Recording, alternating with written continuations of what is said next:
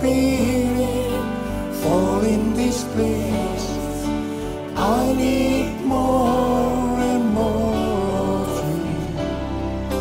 Fill me again with the power of your Spirit.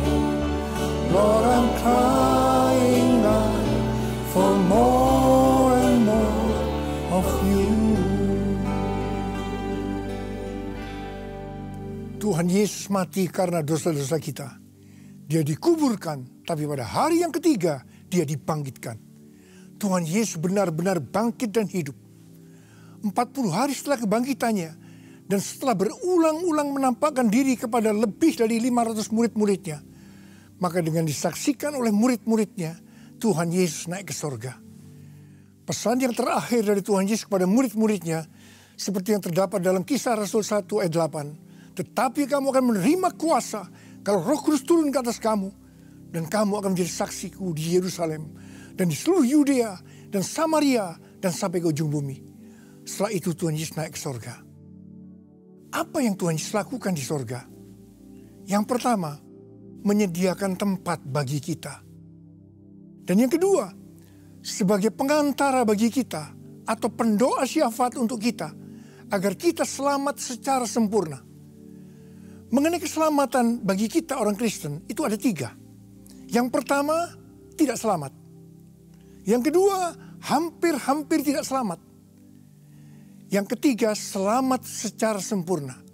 Tuhan Yesus mau agar kita selamat secara sempurna. Dan yang ketiga, apa yang Tuhan Yesus lakukan di sorga adalah mengutus Roh Kudus. Peran dari Roh Kudus bagi dunia, Roh Kudus akan menginsyafkan dunia akan dosa, kebenaran, dan penghakiman.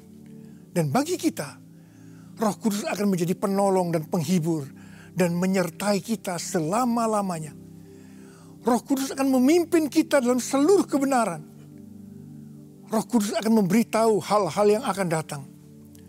Roh Kudus akan memuliakan Yesus, sebab Roh Kudus akan memberitahu kepada kita apa yang telah diterimanya dari Tuhan Yesus. Dan Roh Kudus memberikan kuasa kepada kita untuk menjadi saksi Yesus. Setelah Tuhan Yesus naik ke sorga, 120 murid-murid Tuhan Yesus berkumpul di kamar loteng di Yerusalem.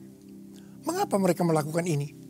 Sebab Tuhan Yesus berpesan kepada mereka bahwa mereka harus tinggal di Yerusalem sampai mereka diperlengkapi dengan kekuasaan dari tempat tinggi. Tuhan Yesus berpesan kepada lebih dari 500 murid-muridnya. Tetapi yang meresponi hanya 120 murid. Saya berdoa supaya setiap kita termasuk 120 murid-murid ini. Apa yang dilakukan oleh 120 murid-murid Tuhan Yesus ini? Mereka semua bertekun dengan sehati dalam doa bersama-sama. Artinya mereka berdoa, memuji, menyembah dalam unity, siang dan malam. Ini adalah restorasi Pondok Daud. Ini adalah menara doa.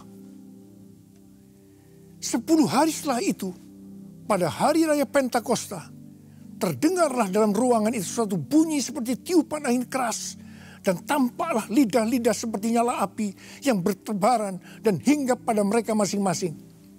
Mereka dipenuhi dengan Roh Kudus, dan mereka mulai berkata-kata dalam bahasa roh.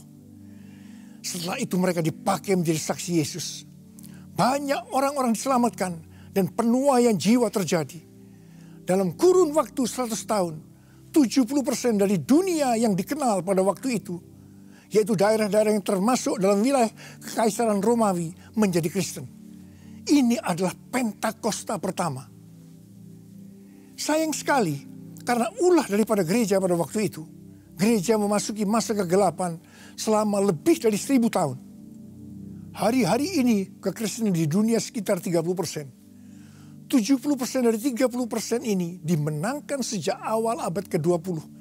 Yaitu melalui peristiwa di Azusa Street tahun 1906. Hamba Tuhan berkulit hitam yang bernama William Seymour dipakai oleh Tuhan. Ini adalah Pentakosta kedua. William Seymour bernubuat 100 tahun ke depan. Berarti hari-hari ini Roh Kudus akan dicurahkan double portion. Dan hal ini memang sedang terjadi. Tuhan Yesus memberikan istilah kepada saya bahwa kita sedang memasuki Pentakosta ketiga. Seperti yang dikatakan oleh Yoel 2 ayat 28 sampai dengan 32. Bahwa pada saat Roh Kudus dicurahkan, anak-anak, pemuda, orang tua akan dipakai oleh Tuhan secara luar biasa. Mujizat-mujizat terjadi. Goncangan-goncangan juga terjadi. Melalui peristiwa itu, sesuai dengan Yoel 2 ayat 32, akan banyak orang yang berseru kepada nama Tuhan. Dan mereka yang berseru kepada nama Tuhan akan diselamatkan. Berarti akan terjadi penuaian jiwa besar-besaran. Tahun 2017 adalah tahun mujizat penuaian. Kita akan melihat mujizat-mujizat Tuhan yang luar biasa. Dan penuaian jiwa melalui mujizat. Kita sedang memasuki masa penuaian jiwa yang terbesar dan yang terakhir sebelum kedatangan Tuhan Yesus yang kedua. Saya berdoa supaya saudara semua dipenuhi dengan Roh Kudus, berbahasa roh, dan menjadi saksi Yesus. Angkat kedua tangan saudara, saya mau berdoa buat saudara.